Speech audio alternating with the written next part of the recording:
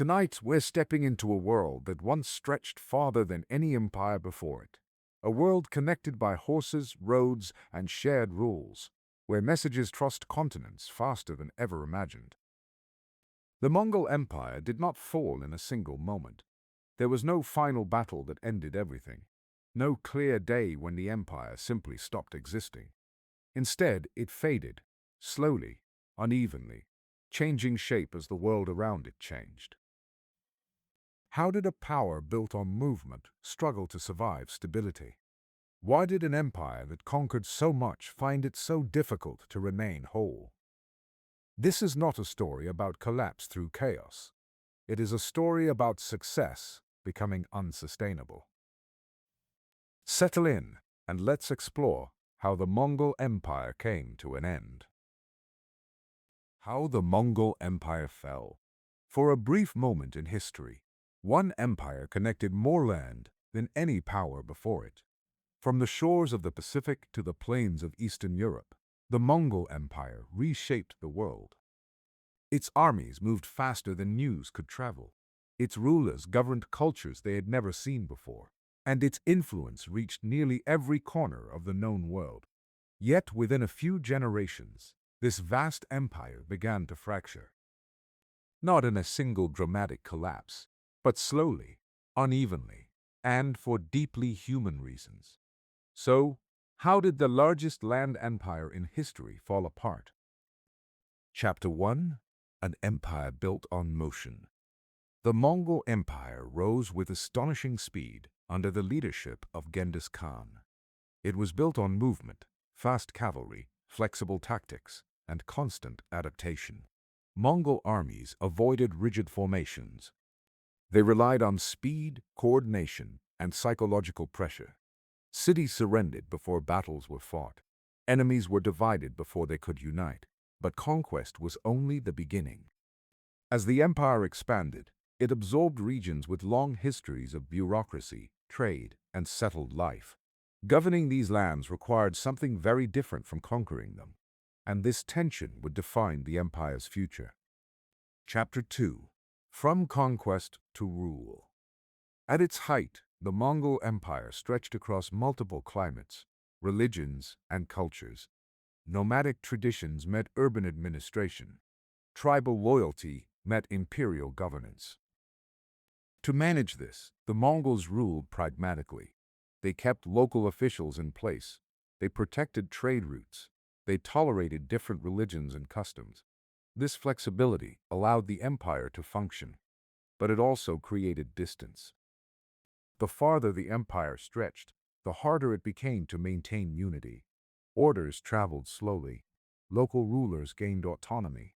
Regional priorities began to outweigh imperial ones.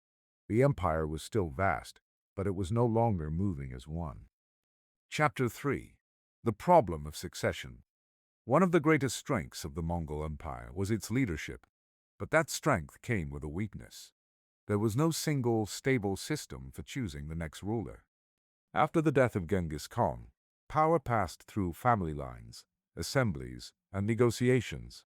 This worked for a time, but as generations passed, rival branches of the ruling family emerged. Each had its own power base. Each had its own vision for the empire. Disputes over succession became more frequent. Civil wars broke out between Mongol factions. The empire began to fracture from within. Chapter 4: An Empire Becomes Empires. Eventually, the Mongol Empire split into separate regions, often called khanates. Each ruled vast territory, but each ruled independently. In China, the Mongols established the Yuan dynasty under Kublai Khan. Here, Mongol rulers adopted many Chinese traditions to govern effectively. In Persia, another Mongol state blended with local culture and administration. In Central Asia and Eastern Europe, other branches followed different paths. These regions were still Mongol in origin, but no longer unified in purpose. The empire had not fallen yet, but it was no longer a single empire. Chapter 5: Governing the Settled World. The Mongols were unmatched conquerors, but ruling settled populations brought new challenges. Agricultural economies required stability. Cities required infrastructure. Tax systems required bureaucracy. Many Mongol rulers adapted successfully. Others struggled. In some regions, heavy taxation caused unrest. In others, local elites resisted foreign rule.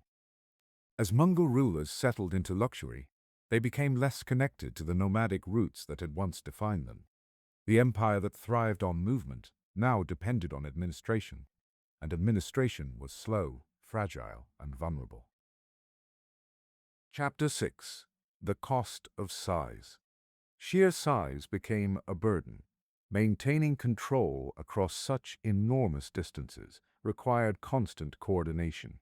Armies were expensive. Courts were costly. Communication was slow. When problems arose in one region, other regions could not respond quickly. Local crises became permanent divisions. The empire was too large to manage as a single system, especially without a strong central authority. Power drifted outward. Unity weakened. Chapter 7. Resistance and Recovery. Conquered peoples did not remain passive. Over time, many regions recovered from Mongol invasions. Cities were rebuilt. Local armies reorganized. New leaders emerged who understood Mongol tactics and how to counter them. In China, famine and economic strain weakened Mongol authority. Popular unrest grew. Eventually, Mongol rulers were driven north, and native rule was restored. Elsewhere, Mongol elites blended into local societies, losing their distinct identity. The empire faded, not through sudden defeat, but through gradual absorption. Chapter 8. Trade, Disease, and Fragility. The Mongol Empire connected continents through trade. Goods, ideas, and cultures flowed freely. But so did disease. Pandemics traveled along the same routes that carried commerce. Populations declined. Economies suffered. Large, interconnected systems proved especially vulnerable to these shocks. The very networks that made the empire powerful also made it fragile. Chapter 9. An Ending Without Collapse. There was no single moment when the Mongol Empire fell. No final battle. No dramatic end. Instead, it slowly dissolved. Its regions became independent states. Its rulers became local powers. Its legacy lived on in borders, trade routes, and shared history. The empire faded, not in failure, but in transformation. Chapter 10. A Pattern in History. The fall of the Mongol Empire follows a familiar pattern. Empires rise through unity, speed, and innovation. They fall through division, complexity, and scale. The Mongols conquered more land than any empire before them, but lasting unity across that space proved impossible. Their empire did not collapse because it was weak. It faded because it reached the limits of what one system could sustain. And in doing so, it reshaped the world long after its power had passed. By the time the Mongol Empire disappeared, much of what it created was already part of the world. Trade routes remained open. Ideas, technologies, and cultures continued to move across continents. The empire did not vanish.